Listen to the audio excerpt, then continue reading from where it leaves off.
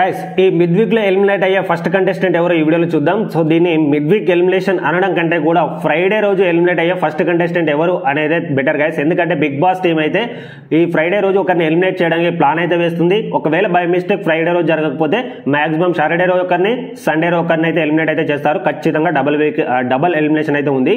And ఇక ముందుగా eliminate అయ్యే ఫస్ట్ కంటెస్టెంట్ ఎవరు అనేది ఈ వీడియోలో క్లారిటీగా తెలుసుకునే ప్రయత్నం అయితే చేద్దాం గైస్.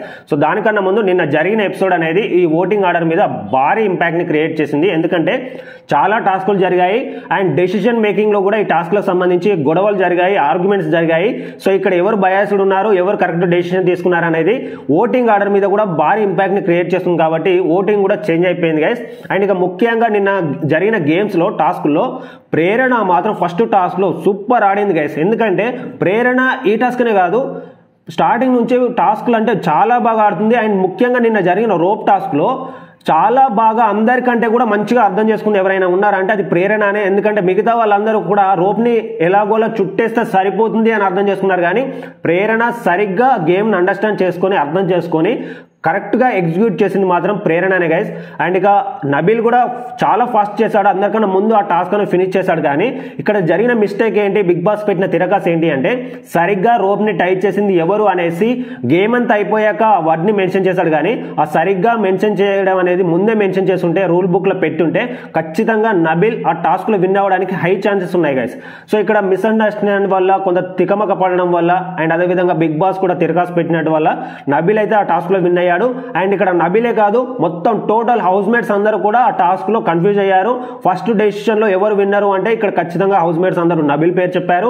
అండ్ ఇక్కడ మళ్ళీ బిగ్ బాస్ దాన్ని తిరస్కరించి సరిగ్గా రోప్ ని టైట్ చేసింది ఎవరు అంటే నబీల్ ని తప్పించి ప్రేరణ అయితే విన్నర్ గా డిక్లేర్ అయితే చేశారు. ఇక్కడ హౌస్ మేట్స్ అందరూ కూడా కన్ఫ్యూజ్ అయితే అయ్యారు. నాకైతే మాత్రం నా పరంగా ఖచ్చితంగా ప్రేరణనే కరెక్ట్ ఎగ్జిక్యూట్ చేసింది. ప్రేరణ మాత్రం గేమ్స్ లో చాలా బాగా ఆడుతుంది, చాలా ఇంటెలిజెంట్ అమ్మాయి. తను ప్రేరణని అసలు తక్కువ అంచనా వేయాల్సిన అవసరం లేదు, ఎందుకంటే ప్రతి టాస్క్ లో చాలా బాగా ఆడుతుంది.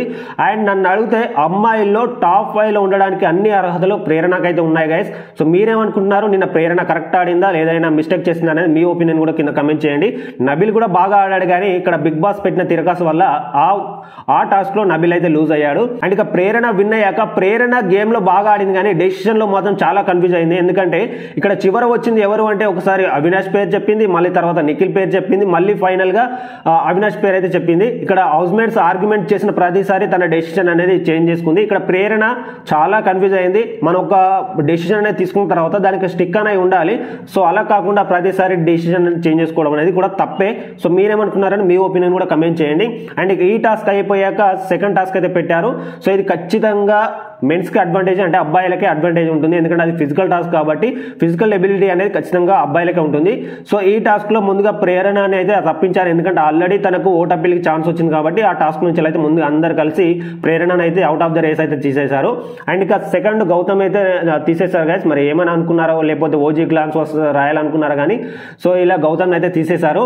అండ్ ఇక తర్వాత నిఖిల్, తర్వాత మనకు రోహిణి ఎఫర్ట్స్ అయితే ఇక్కడ ప్రతి ఒక్కరు మెచ్చుకోవాలి గైస్. ఎందుకంటే ఇక్కడ అబ్బాయి ఉన్నాడు అండ్ విష్ణుప్రియ, వీళ్ళిద్దరు కలిసి పుల్ చేస్తున్నా కానీ చాలా బాగా అంటే చాలా బాగా డిఫెండ్ చేసింది. ఎప్పటిదాకా అంటే తల్లడి రోహిణి చాలా భారీ పర్సనాలిటీ. సో అంత పర్సనాలిటీతో అలా అందరూ పుల్ చేస్తుంటే, ఇద్దరు కలిసి పుల్ చేస్తుంటే ఎలాగైనా ఆయాసం వస్తుంది. సో తన స్టెమినా ఉన్నంత వరకు డిఫెండ్ చేసింది. చివరకు ఆయాసం వచ్చేసరికి గివ్ అప్ అయితే ఇచ్చింది. కానీ రోహిణి ఎఫర్ట్స్ అయితే ఖచ్చితంగా మెచ్చుకోవాలి గైస్. చాలా బాగా ఆడింది ఆ గేమ్ లో. ఇక Rohini out of the race అయ్యాక వీళ్ళిద్దరైతే విన్ అయ్యారు. అండ్ హౌస్ మేట్ డెసిషన్ ప్రకారం నబీల్ అయితే ఓట్ అప్పీల్ కి ఛాన్స్ అయితే కొట్టేశాడు.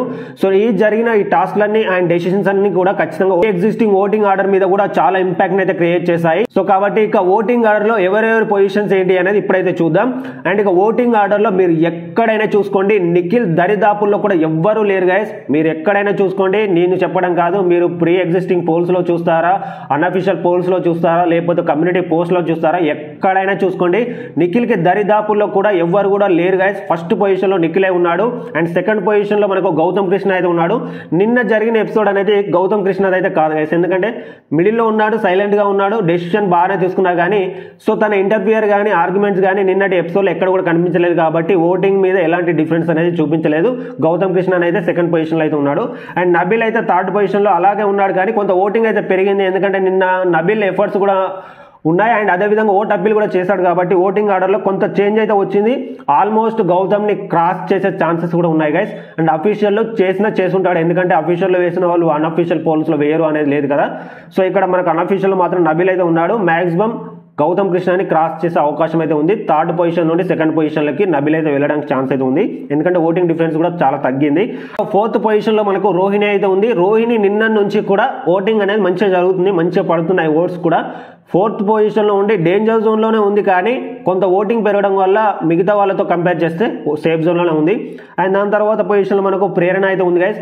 ప్రేరణ అది అసలు చాలా ఫ్లక్చువేట్ అవుతున్నాయి ఓట్స్ అనేది. ఒకసారి ఫోర్త్ పొజిషన్లో ఉంటుంది, ఒకసారి ఫిఫ్త్ పొజిషన్లో, ఒకసారి చివరి పొజిషన్లోకి చాలా ఫ్లక్చువేట్ అవుతుంది. ఓటింగ్ అనేది తగ్గట్లేదు, కానీ పెరిగినా కానీ చాలా ఎక్కువ పెరగట్లేదు. ప్రేరణ ఫిఫ్త్ పొజిషన్లోకి పరిమితం అయిపోయింది. అండ్ ఇక చివరిలో అందరికన్నా డేంజర్ జోన్లో ఉంది మాత్రం విష్ణుప్రియనే.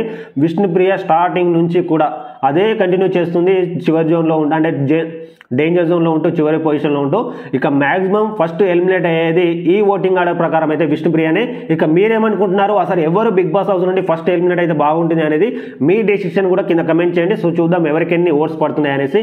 సో ఇంతే గైస్ ఇప్పటి వరకు ఉన్నట్టు అప్డేట్ అండ్ ఇప్పటి వరకు ఉన్నటువంటి ఓటింగ్ ఆర్డర్. మనకు మంచి వీడియోతో మీ ముందుకైతే వస్తాను. Thank you guys, thanks for watching this video.